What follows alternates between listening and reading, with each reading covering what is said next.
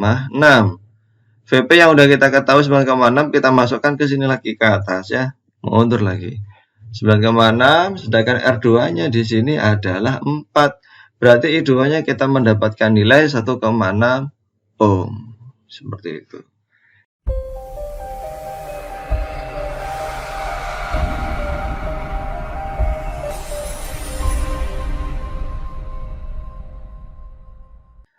Hai semuanya, jumpa lagi di channel YouTube Physics in Life.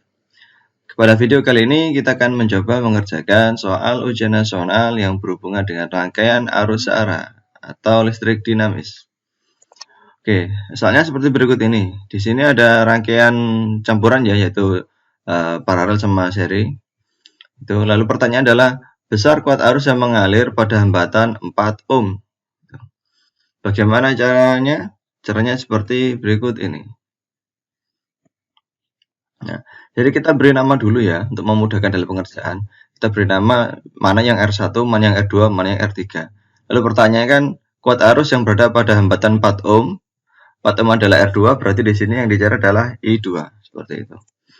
Nah, seperti yang kita ketahui pada hukum ohm, bahwasanya untuk mencari nilai I itu sama dengan V dibagi R. Sehingga kalau kita mencari I2 sama dengan V2 dibagi R2. Nah, V2-nya itu yang mana sih? V2-nya itu yang seperti berikut ini. Nah, di sini kan ada I2. I2 bertemu dengan R2, maka di sini muncul V2. Di sini juga ada I3. Lalu ketemu dengan R3, berarti di sini juga ada V3. Nah, V2 sama V3 ini kan dirangkai secara paralel. Nah, pada rangkaian paralel, selain ada V2 di sini sama V3, berarti di sini juga ada V untuk rangkaian paralel. Nah, sedang hubungan antara V2, V3, dan V paralel ini, itu kalau pada rangkaian paralel, itu kan V-nya sama kan ya. Jadi kita harus paham juga tentang konsep dari rangkaian seri sama rangkaian paralel. Berarti di sini, karena V2 sama V3 sama saja nilainya dengan V paralel, sehingga yang semula ini rumusnya adalah V2, kita ganti dengan VB. Seperti itu. Lalu, kita cari VP-nya berapa di sini.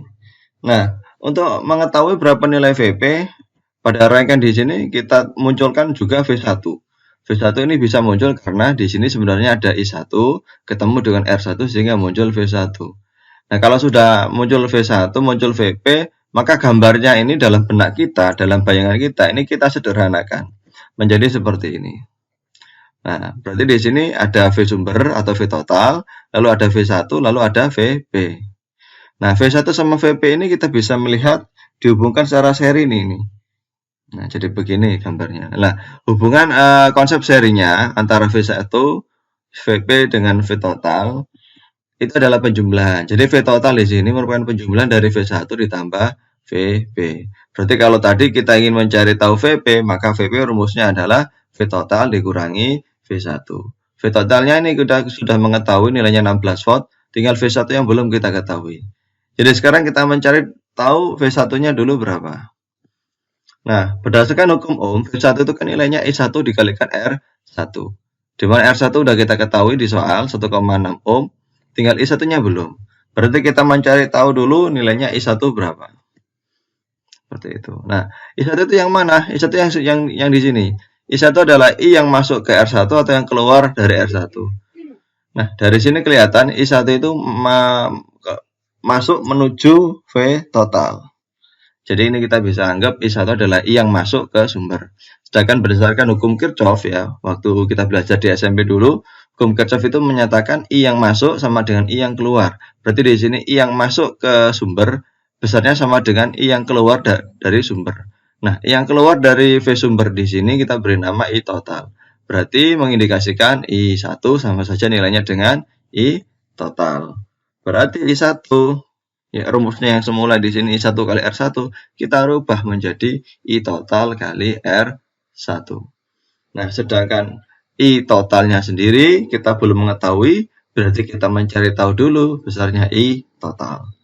Nah, I total berdasarkan hukum ohm untuk mencari I kan sama dengan V per R, sehingga I total sama dengan V total per R total. Di sini V totalnya sudah, tapi R totalnya belum, sehingga kita mencari tahu lagi R total.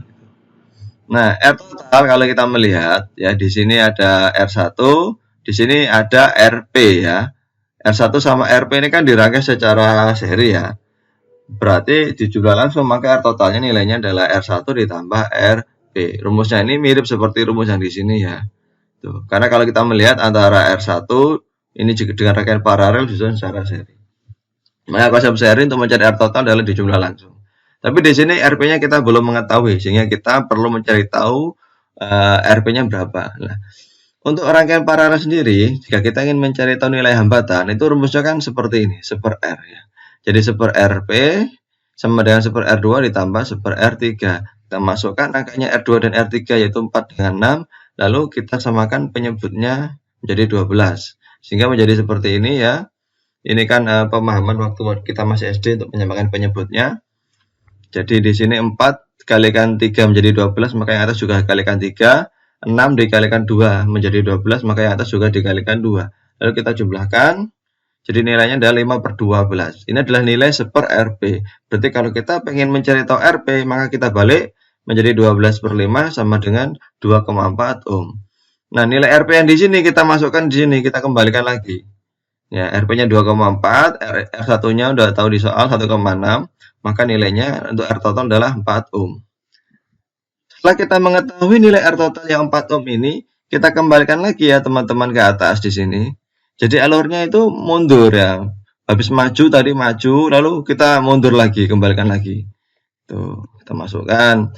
V totalnya 16, R totalnya 4, berarti ketemu I totalnya 4 ohm. Lalu I totalnya yang ketemu 4 ohm, kita masukkan lagi ke sini, ke atas, mundur lagi. Ya, 4 kalikan R1-nya 1,6 ya. Sehingga nilainya untuk V1 adalah 6,4. Nah, V1 ini juga kita kembalikan lagi ke sini, teman-teman. Mundur lagi. V totalnya adalah 16, V1-nya adalah 6,4. Berarti VP-nya ketemu 9,6. VP yang udah kita ketahui 9,6, kita masukkan ke sini lagi ke atas ya. Mundur lagi. 9,6, sedangkan R2-nya di sini adalah 4.